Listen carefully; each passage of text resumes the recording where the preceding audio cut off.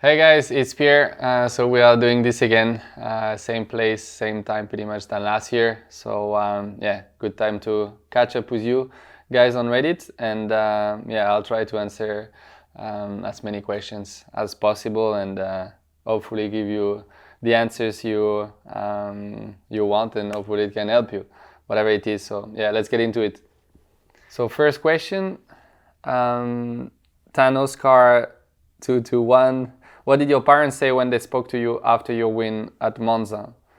Yeah, they were obviously very proud. They did cry on the phone when I was with them, and yeah, they were just super happy. They were with actually their best friend, who was a sponsor of mine when I was younger, that helped me a lot during my career, and yeah, they were just like super happy because obviously they helped me a lot, made a lot of sacrifices for me to achieve Formula One, and yeah, without them I would have never done it. So I think they were really proud, and at the same time they told me a couple of minutes after that my dad was positive to COVID, so this was a pretty big shock. So he got the COVID, like I think they got the result on Friday during the Monza Grand Prix, but yeah, he's all fine, luckily. He went through it, and he's all good now.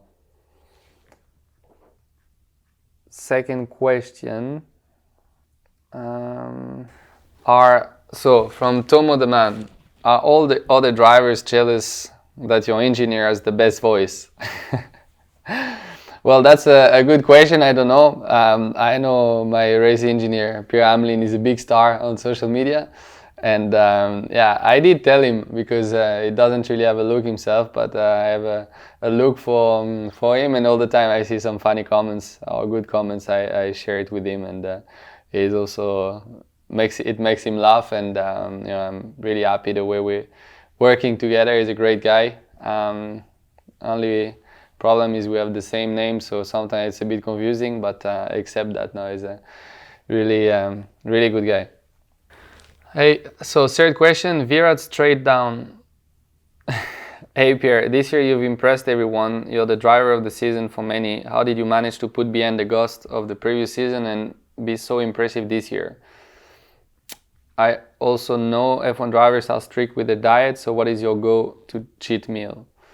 Yeah, I must say this year has been really incredible.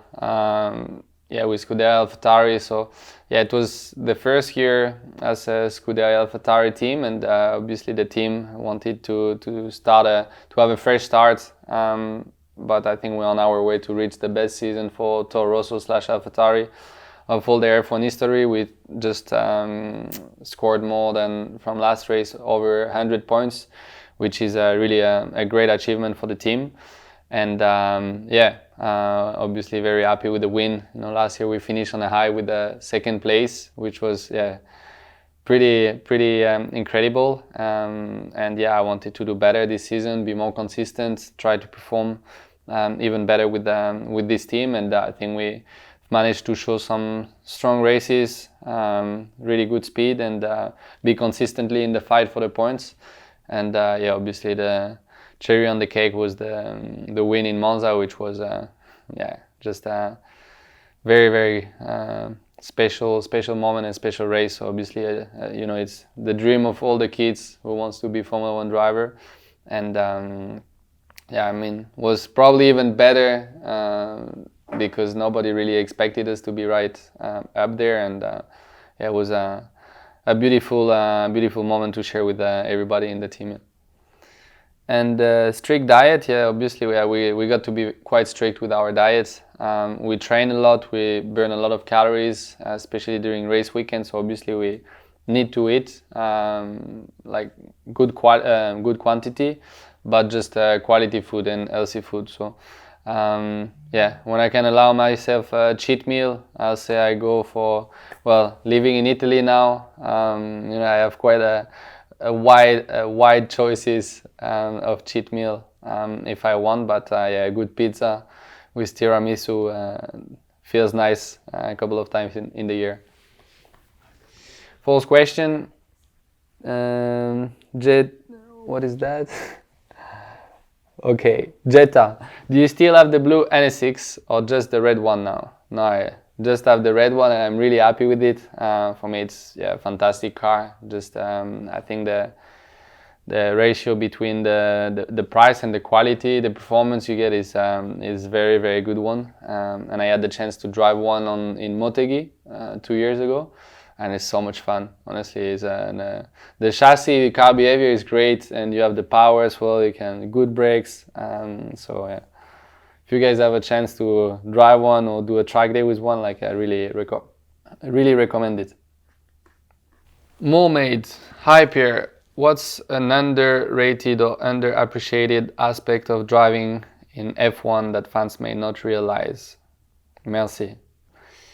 Yeah, that's a good question. I think there are quite many things. Obviously, I always take a good example. In our sport, what's difficult is compared to like other sports like tennis, basketball, football. You know, football, if you want to compare yourself with Messi or Ronaldo, you can buy the same ball, go on the pitch, try to play football like they do, and you fail and you understand that they are like really special. If you want to play like Federer, Nadal or Djokovic, you buy the racket, the same balls, you go on the court, you fail and you understand that they do something really special.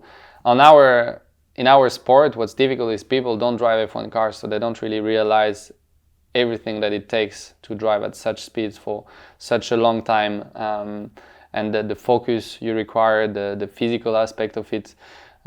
Because sometimes people compare it like driving a Ferrari or I don't know, like a fast car, you know, braking late at the roundabout or the red light, and they think, okay, I will be a fantastic F1 driver, but obviously it's not that easy.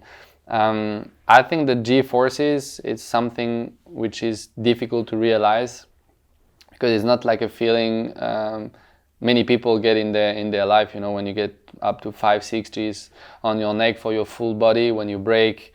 That's really intense, and I think we don't realize when we drive, heart rate average is maybe around 160, 65, and can go even higher at some point during the races. So when you think about all this, plus losing, I don't know, Singapore, Malaysia, from 2 to 3 kilos, you know, it's really the physical aspect sometimes I feel is a bit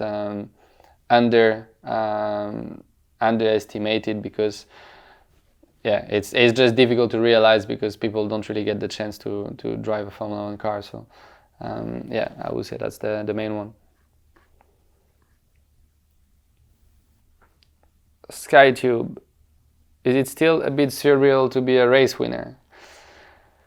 Yeah, I mean, yeah, it feels good. It's always good to remember it. You know, I have the trophy at home, so every morning I can take my coffee and see the trophy, and I think it's the best morning motivation you can get. But no, the season has been so intense. I didn't really have the time to really sit down and really take the moment with my close ones, with my family, with my friends to really enjoy it. So I'm quite looking forward to the off-season after Abu Dhabi to just allow myself to spend a bit, share this beautiful season, which obviously was, 2020 was very difficult for most of the people, and also for us in some extent with just very poor social life. So I'm quite looking forward to off-season to just be able to enjoy, over Christmas this great win with my family and just take the time because I didn't really have the chance yet.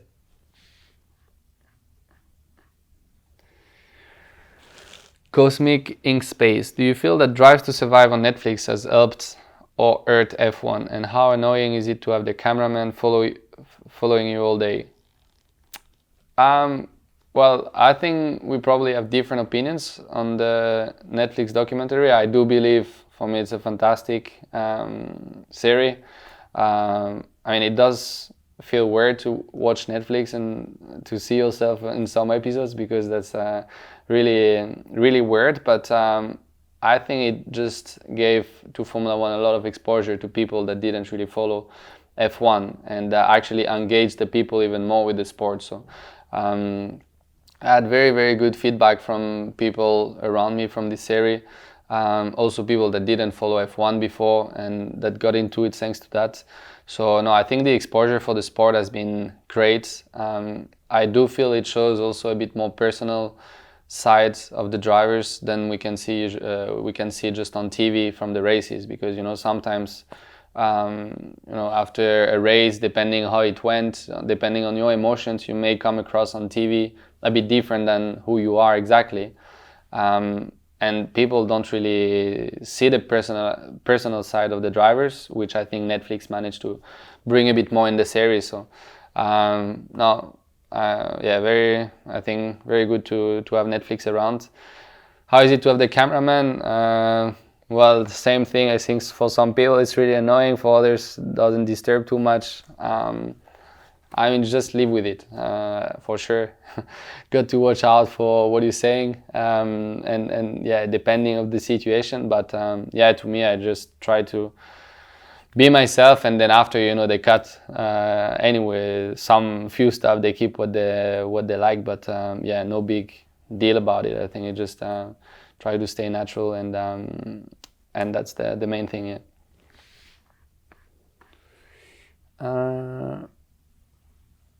Hey Pierre, Scrat79. Hey Pierre, best of luck today. Congratulations on the season. My question is, out of the tracks brought back for 2020 due to COVID restriction, which one will you pick to keep for future races and why? Easy one, I'll go for Imola. For me, it's such a beautiful track. I really loved it there. Amazing layout, amazing history, and I just really loved it.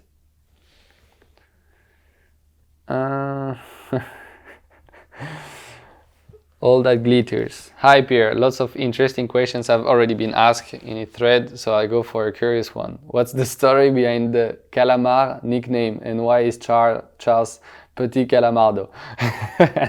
Lots of love from Italy. Well, that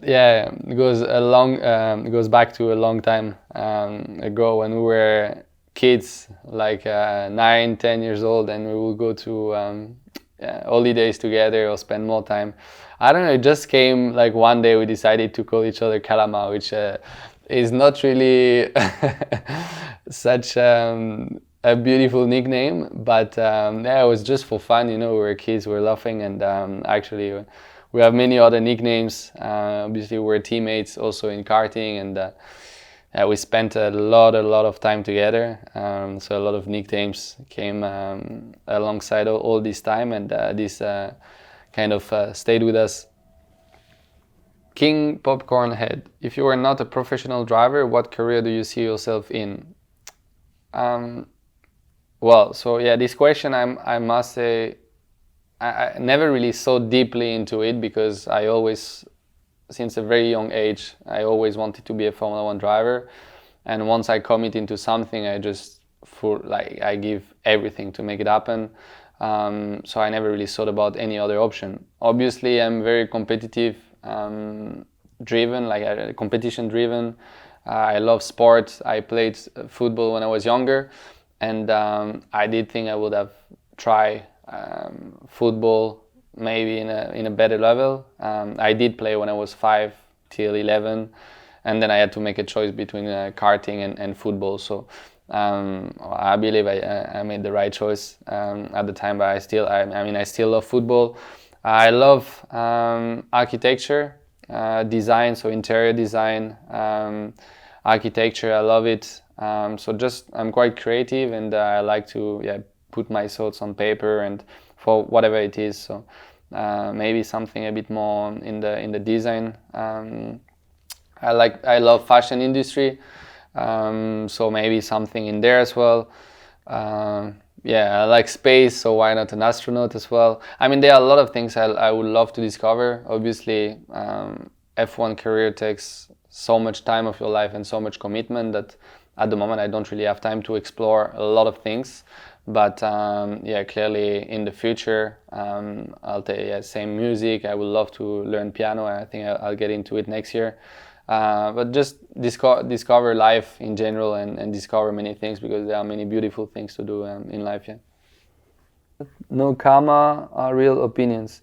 Hi Pierre, here at Reddit we all like to be armchair experts and theorize about why a lot of stuff happens, going very technical into details. My question for you is, what's the biggest misconception that the general people judging from the comfort of the sofa have of Formula One? In other words, what is the biggest thing that we often get wrong or don't consider when making judgments or forming opinions on drivers and teams? Oh, that's a pretty long one. Well, honestly, to answer that question, I probably need a lot of time to really answer precisely. Well, I do believe this sport is a lot more complicated than it looks on many aspects. Technically, politically, there is money involved. It's a show. It's also entertainment, which means there are a lot of things involved. At the end of the day, the driver is the last part of the results, but there is a lot of things that comes around, and and needs to be well set to be competitive. So it's a team sport more than anything. I think more than it looks from the outside, because our performance is also depends a lot on what the team does, where the focus is, and each individual in the team has their impact on the performance, and that's why I think it's really a lot more a team sport than what some people could think from outside. But I could go a lot more in details, but I'll try to answer a few other questions. So flip flop swallow, Pierre, how do night races affect your schedule, especially your sleep? Well, if the race is late, like 5 or 8, for example, if it was in Bahrain, you just go to sleep later. So you try to adjust your sleep based on that. Of course, I'll go to bed a bit later, wake up later, but just to make sure that my energy peaks at pretty much at the moment of the race. So I don't want to wake up at 6 in the morning if my race is at 8 in the evening. So you just try to adjust that regarding your race schedule. Have you ever met Olivier Panis, the previous French F1 winner? So I did meet Olivier like some years ago, because I had the chance to drive with Aurélien, who is his son. So we did Formula 4 together, I met him there. We did spend some good time together. And then after that, we always got in touch after that year. And great guy, really funny guy. I had the chance to do a helmet swap with him, so I have a helmet from the year he won in Formula 1. It's a special moment. Obviously, it was the last F1 winner 24 years ago, so a long time ago. But he's a really, really great guy, and also the family is a beautiful family. Have you tried out 2022 regs in simulator? If so, how was the experience, and any big changes expected? To be fair, I didn't try it, so I think it's planned quite soon, but no, can't tell you anything yet. Paul Ricard. Salut Pierre, I'm a Frenchie living in the US, and I've asked my dad to ship an issue of L'Equipe after your victory, because it's definitely one to keep. I was wondering if you had seen any difference in how people talk to you between before and after your win at Monza, in France, in the paddock, and elsewhere. Thanks, and keep crushing it. Thanks for your message. I must say the issue on L'Equipe was was pretty huge, and obviously being a big fan of sport in general, I read L'Equipe since I'm a kid. So it was a very special one. I would not say like the way people talk to me for sure hasn't changed. It's I don't think it really changes who you are as a person, being a race winner or not. I mean, I'm still the same guy. Obviously, my CV is a bit better now, but no, I would say maybe the status. Obviously, I see people a lot more exposure from the media, a lot more following as well, a lot more support, which is nice. And by the way, thanks to all the guys that support every weekend. And then a bit in the paddock, obviously, because we are not many race winners.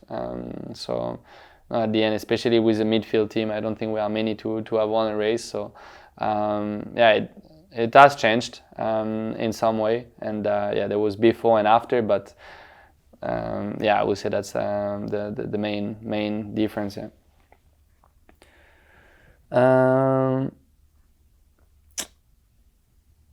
Don't toast me. What are you looking forward to most during the off season, and will you be streaming with Lando and Charles? Off season, I'm really looking forward to see my family and my friends. This year has been very particular, and you know, I've tried to be really careful for my family's health. Obviously, we're traveling a lot, so I didn't want to go back too often back in France to see them. I didn't really see my friends for the same reason. So I mean, social life has been really poor this year, and it's something that I really miss a lot. So yeah, over Christmas, New Year, I'll spend some time with them. So we have planned already with my family a week over Christmas all together, which will be nice. And then yeah, I'll try to just enjoy, try to reset, rest, because it's been quite intense 6 months, and next year we have a busy year, 23 races, so it will be important to be full of energy, and yeah, try to make sure I'm in the best shape ever for next year. And yeah, I'll try to stream with Lando and Charles. It's planned for January. So now I'm getting all my stuff ready. So yeah, we'll probably play with the guys. Yeah. So leather jacket potato, great name. Hi Pierre, thanks for doing this again. Would you say this year's AlphaTauri is the sexiest car you have ever driven? Have you given your car a name? Well, sexiest car ever, yeah, probably, because that's the fastest. And I must say I really like the livery this year. My favorite colors are red and white, so obviously I'm a bit biased, but I really, honestly, fantastic car. The F1 cars are the fastest car ever, and maybe on TV we struggle to see how fast we go, but driving it is just pure joy and a lot of pleasure. So. And about the name, no name, and maybe you can suggest me one for next year. So yeah, drop a comment if I should give a name to my car for next year, and yeah, I'll try to pick one up. So yeah, I hope you guys enjoyed. I tried to answer some of your questions. We'll try to do this again at some point, and yeah, in the meantime, I wish you a very good end of the year. Have a good Christmas with your family, a good New Year. Stay healthy and in good shape, and yeah, I'll see you soon. Ciao.